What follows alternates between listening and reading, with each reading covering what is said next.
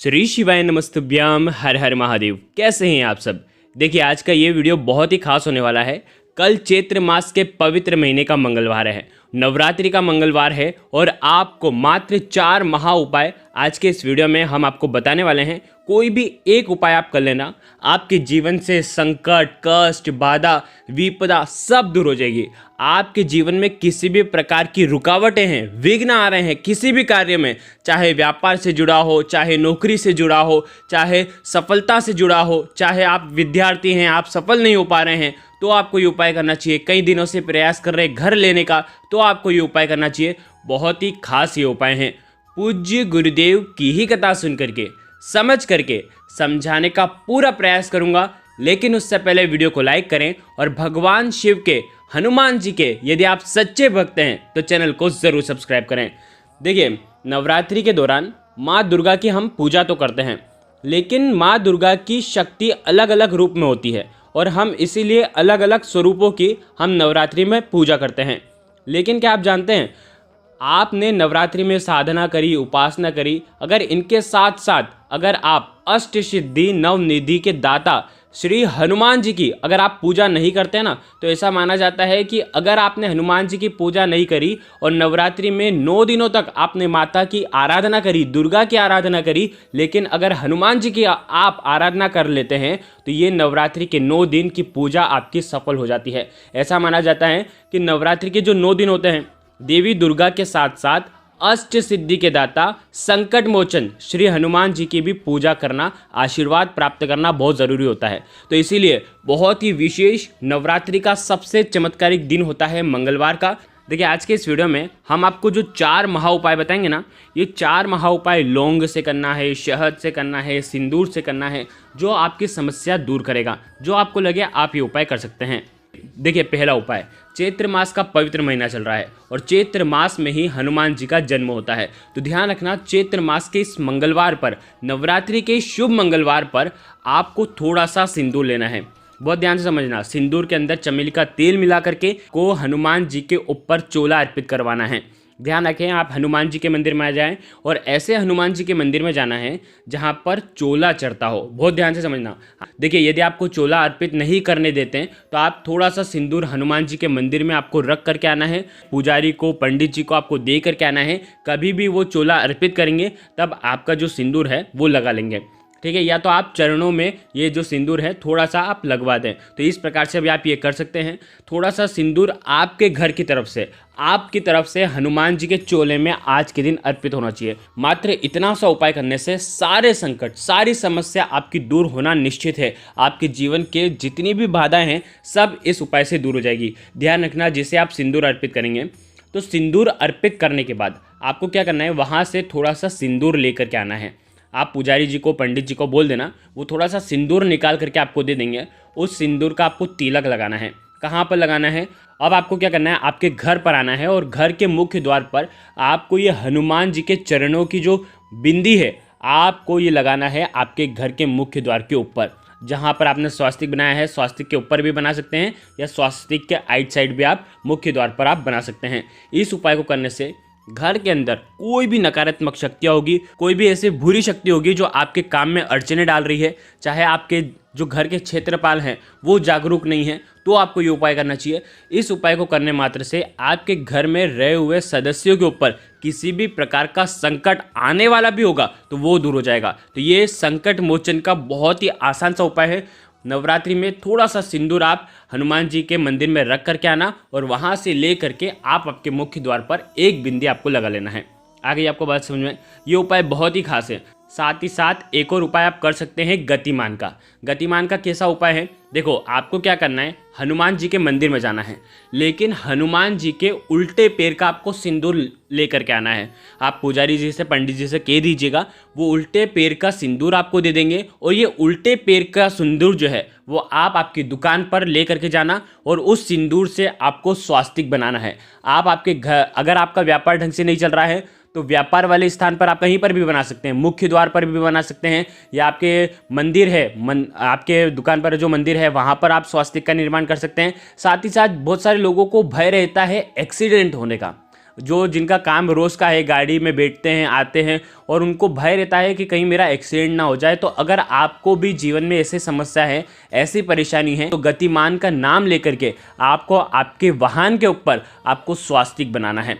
ये स्वास्तिक आप आपके सीधे हाथ की चीठी उंगली के पास वाली जो उंगली है, जिसे अनामिका उंगली कहते हैं, अनामिका उंगली से बना सकते हैं। ठीक है, सिंदूर का ही स्वास्तिक होना चाहिए और उल्टे पैर का स्वास्तिक होना चाहिए। और घर के मुख्य द्वार पर अगर आप जो बिंदी लगाएंगे तो वो सीधे पैर का सिंदूर होना चाहिए। बहुत ध्यान से समझना, हनुमान जी का उल्टा पैर और सीधा पैर। ठीक है, आगे आपको बात समझ में। तो इस प्रकार से ये सुंदर सा उपाय करना है आपको नवरात्रि के मंगलवार पर। देखिए, अब दूसरा उपाय बहुत ही खास है। ये उपाय आपको करना है सूर्यास्त के बाद। आपको किसी भी हनुमान जी के मंदिर में जाना है। हो सके तो ऐसे मंदिर में जाना जहाँ पर सिंदूर चढ़ता हो, जहाँ पर हनुमान जी को चोला अर्पित होता हो। तो ऐसे हनुमान जी के मंदिर में जाएंगे तो सर्वोत्तम होगा। आपको क्या करना है, या तो आप सरसों का तेल ले लें, या तो आप चमेली का तेल ले लें, या तो आप घी ले लें। ठीक है, अब आपको क्या करना है, एक दीपक लेना है। दीपक के अंदर 4 मुखी बाती आपको लगानी है। ठीक है, 4 मुखी दीपक आपको तैयार कर लेना है। अब इस 4 मुखी दीपक के साथ में आपको 7 आपको क्या लेनी है, लौंग लेनी है। और साथ में आपको ये दीपक ले करके आपको हनुमान जी के मंदिर में जाना है। आपको क्या करना है, दीपक को प्रज्वलित करना है। चारों दिशाओं में आपको ये दीपक की जो बाती है ये लगा देना है। और उसके बाद आपके हाथ में 7 लौंग लेना है और आपकी जो भी समस्या है, जो भी परेशानी है जिसे आपको दूर करना है, उसका मन में स्मरण करते हुए ये 7 लौंग जो है वो आपको दीपक के अंदर डाल देना है। और दीपक के अंदर डालने के बाद आपको वहीं पर बैठ करके 7 बार 7 टाइम्स हनुमान चालीसा का पाठ करना है। बहुत ही खास ये उपाय है, बहुत ही चमत्कारिक ये उपाय है। नवरात्रि के चैत्र नवरात्रि बहुत ही पावन होती है और इस नवरात्रि के मंगलवार पर अगर आप ये उपाय करते हैं किसी भी कष्ट को दूर करने के लिए, तो वो कष्ट आपका निश्चित ही दूर होता है। बहुत ही खास ये उपाय है। अंत में उपाय हो जाने के बाद 7 बार हनुमान चालीसा का पाठ करने के बाद आपको ये जो दीपक है मंदिर में ही रखा रहने देना है। आपको ये दीपक घर पर नहीं लेकर के आना है। ठीक है, आ गई आपको बात समझ में। अब तीसरा उपाय भी बहुत खास है। नवरात्रि के दौरान, नवरात्रि के इस मंगलवार के दिन वट वृक्ष के वहां पर जाना है। बरगद का जो पेड़ होता है ना, बरगद के पेड़ के वहां पर जाना है। ये उपाय आप सुबह भी कर सकते हैं, शाम को भी कर सकते हैं। यदि आप सूर्यास्त के पहले कर रहे हैं तो एक मोली का धागा भी लेकर के जाना और आपकी जो भी इच्छा है वो बोल करके आप बरगद के पेड़ पर, आपको जो जड़ रहती है ना, जो लटकती है, उसमें आपको ये मोली का धागा बांध देना है। 3 गठान उसके अंदर बांधना है और आपकी जो भी इच्छा है वो बोल करके आप बांध सकते हैं। यदि आप सूर्यास्त के बाद जा रहे हैं मंदिर में, या यदि आप सूर्यास्त के बाद बरगद के पेड़ के वहाँ पर जा रहे हैं, तो आपको धागा नहीं बांधना है। विशेष इस बात का ध्यान रखना। क्या करना है, आपको एक दीपक लेकर के जाना है। ठीक है, दीपक के अंदर आपको कपूर रखना है और साथ में 2 लौंग लेना है। और ये 2 लौंग, दीपक, कपूर आपको बरगद के पेड़ के नीचे वटकेश्वर महादेव का स्मरण करते हुए आपको प्रज्वलित करना है, आपको अर्पित करना है।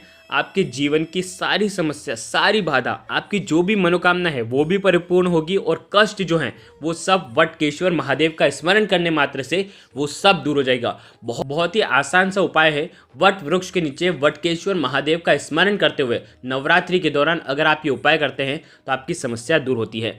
तो देखो, ये हो गया तीसरा उपाय। अब चौथा उपाय जो कि बहुत ही ज़्यादा खास है। यदि आपके जीवन में आर्थिक समस्या बहुत ज़्यादा है, आपके जीवन में कष्ट बहुत ज़्यादा है, आपके जीवन में ऐसा लगता है ना कभी कभी कि अब तो हमारे जीवन में कुछ भी नहीं बचा है, तो यदि आपके साथ आपके जीवन में ऐसी परेशानी है तो नवरात्रि के इस मंगलवार पर ये उपाय हर व्यक्ति को करना चाहिए। चाहे आपके जीवन में कष्ट हो या ना हो, आपके जीवन में कभी कष्ट आना ही नहीं चाहिए। अगर आप ऐसा चाहते हैं ना, तो बहुत आसान सा उपाय करना है। मात्र 2 लौंग के जोड़े लेना है। ठीक है, फूल वाले लेना, साबुत फूल वाले लौंग के जोड़े लेना। साथ में 1 चम्मच शहद लेना और तांबे के पात्र के अंदर जल लेना।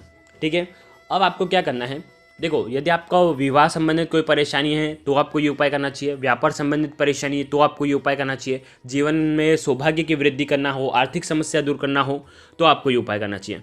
क्या करना है, शिव मंदिर में जाना है। शिव मंदिर में आप सुबह से लेकर के रात्रि तक जब आपकी इच्छा हो तब आप जा सकते हैं। सबसे पहले 1 लोटा जल भगवान शिव के शिवलिंग पर आपको अर्पित कर देना है।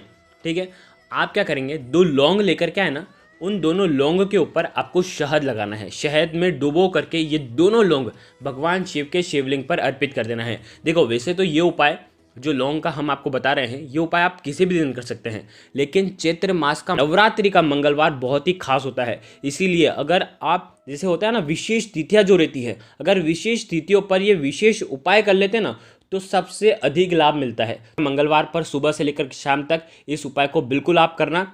आपको क्या करना है, 2 लौंग शहद के अंदर डुबो करके आपको महादेव के ऊपर, आपको मंगलेश्वर महादेव का स्मरण करते हुए आपको अर्पित करना है।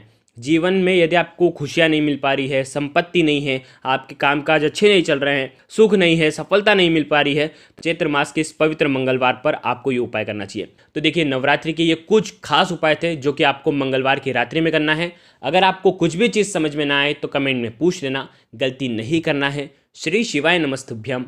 हर हर महादेव।